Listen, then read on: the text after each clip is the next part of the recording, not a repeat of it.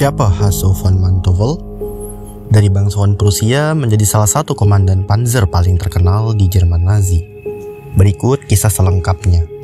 Hasso Eckhard von Manteuffel lahir pada 14 Januari 1897.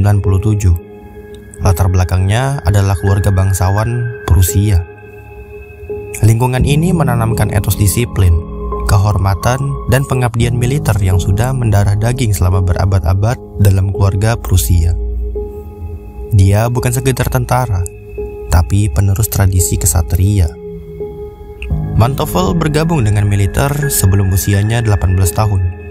Pada tahun 1914, ia ditempatkan di Resimen Kavalerie Husaren Regiment von Zieten. Ia segera bertugas di front barat. Pengalaman di Parit mengajarkan kepadanya pentingnya adaptasi dengan cepat dan mengurangi korban yang tidak perlu. Pelajaran yang dia dapatkan kelak akan digunakan di unit lapas baja miliknya nanti. Setelah kekalahan Jerman, dia termasuk dalam 100.000 tentara yang diizinkan dipertahankan dalam Reichswehr. Disinilah reputasi intelektual dan disiplin itu terasa. Dia dikenal sebagai perwira yang tekun mempelajari teori taktik dan sangat peduli pada pelatihan anak buahnya. Ia tidak hanya mengandalkan keberanian semata. Lalu pada tahun awal 1930, Manteuffel beralih dari kavaleri berkuda ke unit-unit mekanis dan lapis baja yang baru dibentuk oleh jenderal seperti Hans Guderian. Peralihan ini menunjukkan visi jauh ke depan Manteuffel nantinya. Dia menyadari masa depan perang bukan pada kuda lagi, melainkan tank. Disiplin Prusianya kini dipadukan dengan taktik blitzkrieg yang inovatif. Setelah transfer dari kavaleri, Manteuffel diangkat menjadi komandan di sekolah pasukan panzer, yang mana ini sangat krusial. Ia tidak hanya memimpin tank, tetapi juga mengajar taktik tank. Peran ini membuatnya menguasai doktrin blitzkrieg secara teoritis dan praktis. Ia dikenal karena metode pelatihan yang realistis dan menantang, menjadikannya figur yang dihormati sebelum perang dimulai. Meskipun perannya mungkin bukan yang paling terkenal dalam invasi tersebut, ia berpartisipasi sebagai komandan batalion atau resimen. Ini adalah praktik blitzkrieg skala besar pertamanya. Ia menyaksikan sendiri aktivitas, kecepatan, kejutan, dan penetrasi mendalam oleh unit panzer yang terkoordinasi. Pengalaman ini memvalidasi keputusannya meninggalkan kavaleri. Inilah masa puncaknya. Manteuffel bertugas di bawah pimpinan tokoh-tokoh kunci, termasuk Hans Guderian dan komandan ulung lainnya. Tugasnya di divisi Panzer ke-7 dan kemudian di divisi Panzer Grenadier memberinya kesempatan menerapkan dan menguji taktiknya dalam skala besar di medan yang keras. Fokus pada fleksibilitas dan kemampuan bertahan unitnya di tengah serangan balik Uni Soviet yang masif. Ia terkenal karena mampu memimpin dari garis depan dan mengendalikan situasi taktis yang kacau. Keberhasilan dan kemampuannya untuk mempertahankan unitnya dari kehancuran seringkali dengan manuver mundur yang cerdik membuatnya mendapatkan promosi yang sangat cepat. Berubah dari perwira resimen menjadi komandan divisi dalam waktu yang singkat di front timur. Front timur adalah tempat para komandan panzer diuji hingga batas kemanusiaan mereka. Pada tahun 1943, Hasso von Manteuffel mengambil alih komando divisi Panzer ke-7. Ini adalah unit yang sudah teruji, tapi di tangan Manteuffel reputasinya kian menanjak. Berbeda dengan komandan lain yang mungkin bersembunyi di bunker, Manteuffel terkenal karena memimpin dari garis depan. Ia tahu kondisi medan secara langsung, memungkinkannya membuat keputusan taktis dalam hitungan menit. Reputasinya tidak hanya dibangun dari serangan brutal, tapi dari kemampuan bertahan yang cerdik dan manuver mundur yang terorganisir. Sebuah keahlian yang sangat berharga ketika gelombang Soviet mulai tak terbendung. Ia menjaga anak buahnya, dan anak buahnya membalas dengan kesetiaan yang luar biasa. Ujian sesungguhnya datang pada musim semi, di tahun 1943 di pertempuran Kursk, bentrokan tank terbesar dalam sejarah. Meskipun Jerman secara strategis menyerang, divisi Manteuffel seringkali dihadapkan pada situasi bertahan, melawan masa tank T-34 yang luar biasa jumlahnya. Di tengah kengerian itu, Manteuffel menunjukkan kejeniusannya. Ia memanfaatkan keunggulan kualitas tank Jerman saat itu dan inisiatif unit kecilnya untuk melancarkan serangan balik vokal yang mematikan. Unitnya mampu menahan dan bahkan menghancurkan konsentrasi Soviet. Secara taktis, Manteuffel sekali lagi meraih kemenangan operasional. Namun, Kursk adalah titik balik yang menyakitkan. Pertempuran itu membuktikan bahwa keunggulan taktis tidak lagi mampu menandingi keunggulan material dan sumber daya Soviet yang tak terbatas. Manteuffel seperti jenderal Jerman lainnya mulai menyadari bahwa mereka adalah maestro yang memimpin orkestra menuju kekalahan yang pasti. Dengan front timur yang runtuh, Manteuffel dipindahkan ke front barat. Pada akhir 1944, ia diangkat sebagai Komandan Angkatan Darat Panzer ke-5 dan ditugaskan dalam serangan balik mendadak yang dikenal sebagai Pertempuran Ardennes atau The Battle of Bulge. Ini adalah kesempatan terakhir Jerman. Manteuffel sebenarnya menentang rencana Hitler yang terlalu ambisius untuk merebut Antwerp. Ia tahu logistik Jerman terlalu tipis, namun sebagai prajurit ia menjalankan perintah.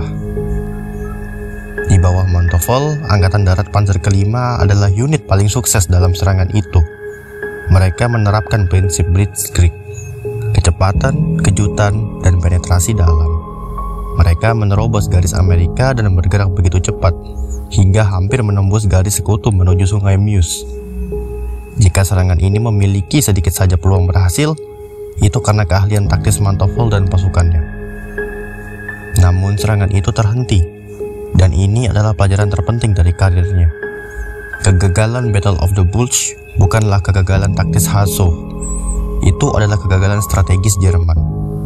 Unitnya kehabisan bahan bakar, mereka kehabisan peluru, dan Jerman lumpuh.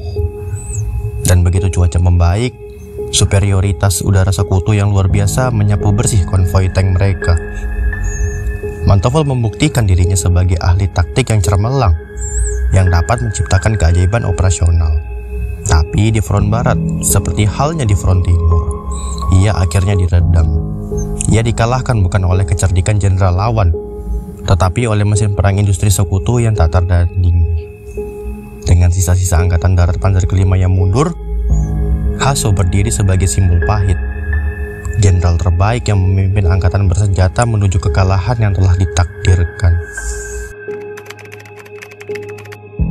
Musim semi 1945, Reich ketiga sedang sekarat, dan Manteuffel di front barat menghadapi keputusan moral terakhirnya. Kepada siapa ia akan menyerah? Mengetahui kekejaman yang tak terhitung di front timur, Manteuffel melakukan segala cara untuk menghindari penyerahan diri kepada Soviet.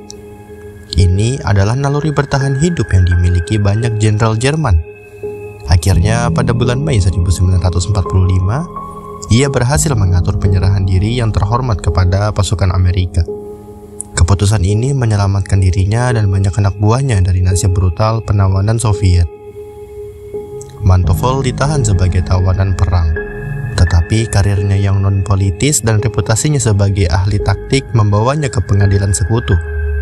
Ia dipanggil sebagai saksi ahli dalam beberapa pengadilan Nuremberg, bukan sebagai terdakwa utama, untuk memberikan konteks operasional tentang perang di front timur.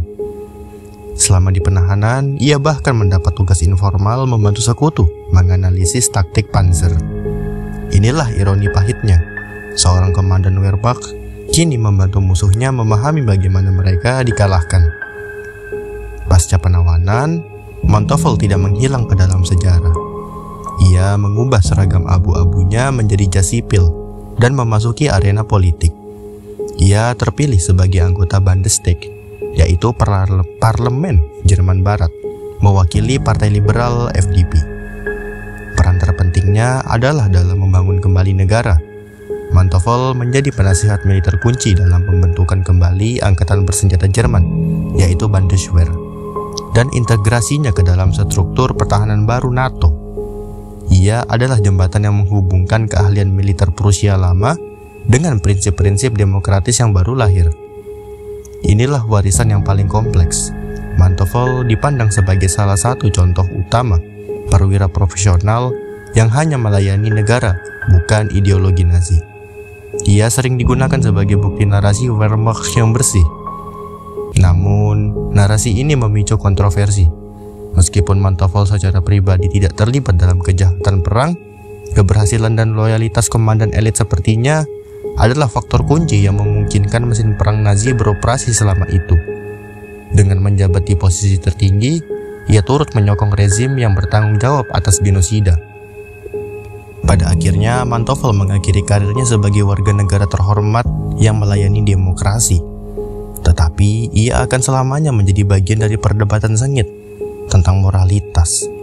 Apakah kejeniusan taktis dapat terpisahkan dari rezim jahat yang ia layani? Warisan Manteuffel tidak pernah lepas dari perdebatan historiografi yang rumit. Di satu sisi, ia adalah militer berbakat, sang maestro taktik yang berhasil dalam skenario yang mustahil. Ia membantu mendirikan kembali demokrasi Jerman pasca perang. Di sisi lain, ia adalah bagian kunci dari mesin perang Nazi selama 6 tahun. Meskipun tidak ada catatan kejahatan perang yang langsung menimpanya, jabatannya yang tinggi dan kesuksesan taktisnya secara fundamental melayani rezim kejahatan. Pertanyaannya adalah, bisakah seorang profesional militer benar-benar terpisah dari ideologi rezim yang ia layani? Manteuffel, dengan labelnya sebagai jenderal yang bersih, secara tidak sengaja menjadi figur sentral dalam perdebatan pasca perang yang lebih besar. Upaya untuk membersihkan citra Wehrmacht dari kaitan ideologisnya. Warisannya adalah sebuah kontradiksi, kejeniusan taktis dalam kerangka moral yang gelap. Demikianlah kisah Hasso von Manteuffel, sang jenderal panzer intelektual, pria yang memenangkan banyak pertempuran taktis, namun akhirnya dikalahkan oleh kekuatan strategis, logistik, dan moral yang lebih besar. Ia adalah pengingat bahwa dalam perang kualitas kepemimpinan individu bisa jadi luar biasa, namun hasil akhirnya sering ditentukan oleh kekuatan yang berada jauh di luar kendali medan perang.